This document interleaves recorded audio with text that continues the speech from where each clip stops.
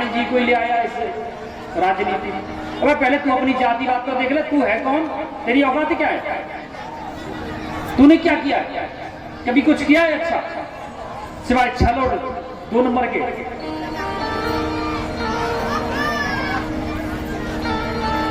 हम इतने मूर्ख हैं, एक के पीछे चले जाएं, कोई साइकिल के पीछे दौड़ रहा है तो कोई जो है कमल के पीछे दौड़ रहा है, कोई कैंची के पीछे दौड़ रहा है। अरे क्यों?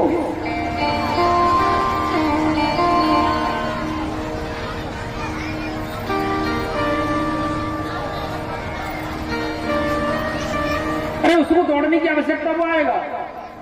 और देखे ना अप्रैल मई के महीने में तुम्हारी दरवाजे के एकदम दुबरी जो होगी ना एकदम क्लीन हो जाएगी, एकदम सफाई हो जाएगी, क्योंकि चुनाव आ रहा है और चुनाव होते ही दर्शन नहीं होंगे।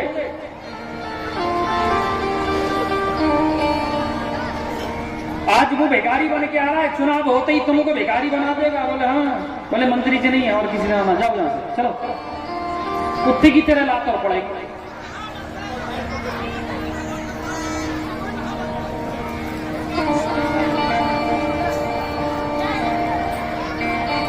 जिनका सम्मान करना है प्यारे, हम उनका सम्मान तो कभी करते नहीं।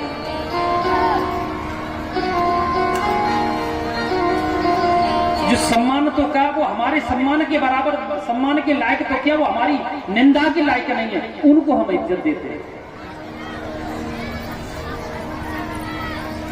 आप लोगों ने ट्रेन में सफर किया है? कोई करते हैं? अपनी ईमानदारी से बताना, कितने दिन किसी फौजी को आपने अपनी सीट पे बैठा के सफर कराया है?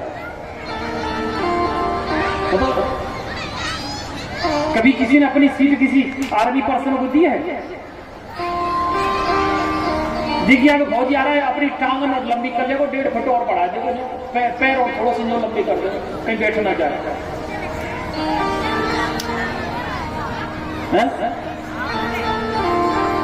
जिसके कारण तुम अपने बीवी बच्चा के साथ में, अपने माता पिता के साथ में सुरक्षित घर में बैठे हो, तुम उसके लिए सीट नहीं दे सकते। और ये 1 नंबर के चोटा जो देश को लूट लूट के खा रहे हैं, उनके लिए हम सीट तो क्या, उनकी लाइन में दर्शन करने के लिए मरते हैं।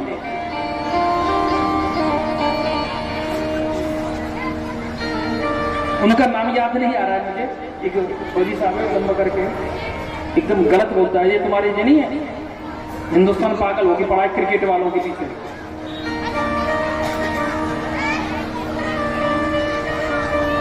निशांत शर्मा है, किसको चैलेंज किया गया, एक फौजी है वो कर्नल करके, जो बोलता है एकदम कड़वा बोलता है, नया नवजुवक है, अयोध्या जी में भी आए हैं वो कैप्टन करने के।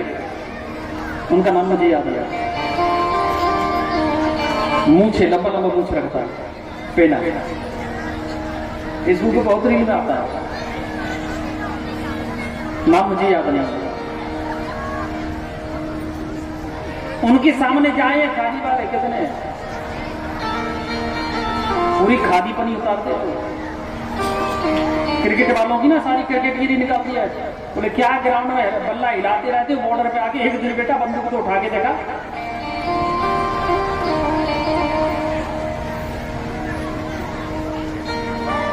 आप अमेरिका वालों को देखना, जब अमेरिकी आर्मी जब निकलती है ना, अमेरिका का प्रत्येक व्यक्ति उनके सम्मान के लिए खड़ा हो जाता है।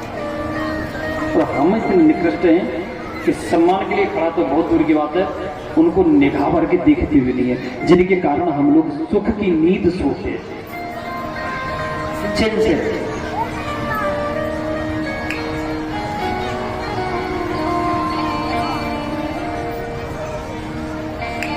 एक बार सैनिकों के लिए जोरदार तालियों का स्वागत।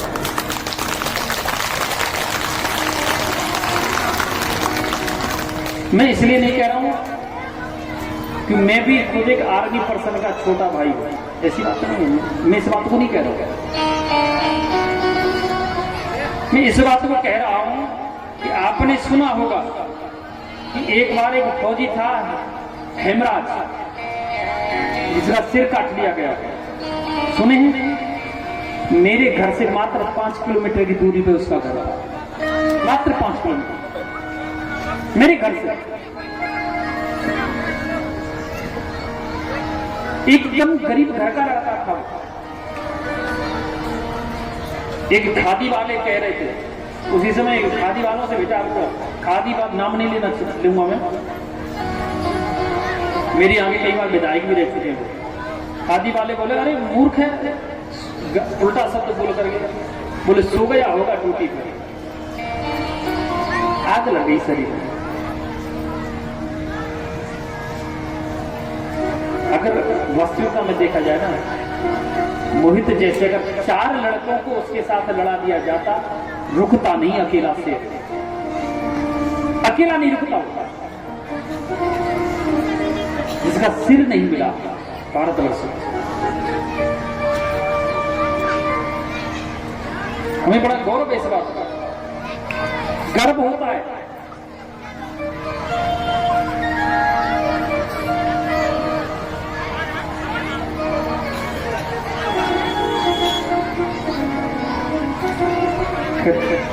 बोली भक्त वत्सल भगवान जय।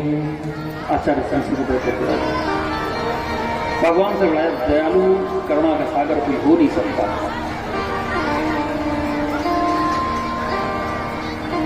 आज ब्रजमंडल को छोड़े हुए परमात्मा को पूरे 100 वर्ष हो गए, पूरे 100 वर्ष। श्री वसुदेव जी महाराज जाकर के राजसूय यज्ञ किए, कहा कुरुक्षेत्र मैदान में राजसूय यज्ञ किए। तब जो है वहां सब ब्रजवासी आए, मथुरा वाले भी आए, ये द्वारिकावासी आए। भगवान जानते थे कि लाडली सरकार अवश्य आवेगी। लाडली सरकार के लिए, राधा रानी के लिए उन्होंने सुंदर कपड़ा का टेंट बनवाया, क्योंकि वो जानते हैं जब लाडली जब चलेगी ना तो अकेली नहीं जाती लाडली, उनके साथ उनकी 8 सखी, 8 सेविकाएं अवश्य चलती हैं, जिनको हम अष्ट सखी के नाम से जाना जाता है। 8 महासखी, अष्ट महासखी के नाम से पुकारते हैं उनको। ललिता विशाखा, ललिता विशाखा इंदुलेखा, इंदुलेखा चंपकलता, चित्रलेखा तुंगभद्रा, रंग देवी सुदेवी भूदेवी। 8 सखी है, जिसमें ललिता नामक सखी परम सखी है, विशेष है, जिसमें 4 सखी गौरवर्ण की हैं, गौर हैं, और 4 काली हैं, सांवले रंग की, श्याम वर्ण है। दोनों प्रकार के रंग है उनके, 4 8। तो श्री आचार्य सुखदेव के राजन इस प्रकार 8 सखी, प्रत्येक दरवाजे पर एक एक सखी राधा रानी की सेवा के लिए खड़ी हो जाती। इधर किशोरी जी विराजमान हैं अंदर कक्ष में। क्यों? देखो, कोई भी पति होता है ना, अगर पति को व्रत करना हो, डॉक्टर साहब, अगर पति देव को व्रत करना हो तो अपने घर जाके अपनी पत्नी को, पड़ोसी की पत्नी की प्रशंसा करके सुना देना, तो चिंता नहीं करना, भोजन 1-2 दिन तो क्या 4-6 दिन मिलेगा, नहीं मिलेगा राम रखवा। और यही करते थे भगवान गोविंद। जब भगवान को लगता मुझे सभी पत्नियों को जलाना है, वो लाडली सरकार की प्रशंसा कर देते, गोपियों की प्रशंसा कर दे। अरे देखो गोपियां कितनी सुंदर हैं, लाडली सरकार कितनी सुंदर है, कितना प्रेम करते हैं। गोविंद की 16,108 पत्नियों को जलन होता था, ईर्ष्या होती, क्योंकि 100 तो बड़ी बुरी चीज है।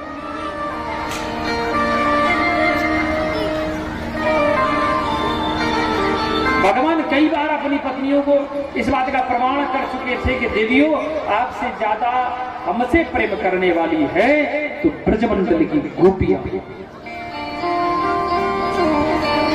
एक दिन क्या हुआ कि भगवान अपने पेट में दर्द होने का बहाना लगा दिए। राजवेद आकर नवज देखे, बोले अरे राम रे, इनको तो बड़ा विचित्र बीमारी है, शायद भगवान की इच्छा से इनको तो जो है ऐसी बीमारी है कि कोई भी पतिव्रता स्त्री अपना चरण पखार करके चरणामृत यानी चरण का जल इनको पिलाएगी माधव को, तो द्वारिकानाथ स्वस्थ होंगे, अन्यथा इनकी मृत्यु हो जाएगी। उद्धव जी महाराज कटोरा लेकर के 16,108 के पास घूम गए। सबने मना कर दिया, बोले हम नहीं देंगे, हम नरक में थोड़ी जाना है, अपने पति को अपने चरण का जल पिलाएंगे तो। भगवान कहे उद्धव ये कार्य वृंदावन में सार्थक होगा, चले जाओ। उद्धव जी महाराज आए वृंदावन में, गोपियों को समाचार मिला कि ऐसी ऐसी कष्ट है भगवान को। सब गोपियां अपना अपना चरण पखार के कटोरा में जल ले लेकर खड़ी हो गई।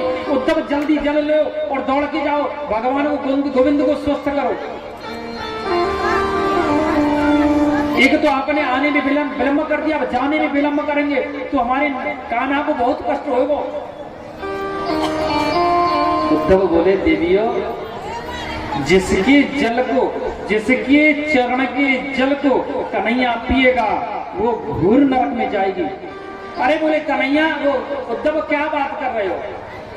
अरे हमारा कन्हैया स्वस्थ है जाना चाहिए, घोर नरक की बात कर रहे हैं? हम 100 जन्म तक नरक भोगने के लिए तैयार हैं, लेकिन मेरा कन्हैया स्वस्थ होना चाहिए।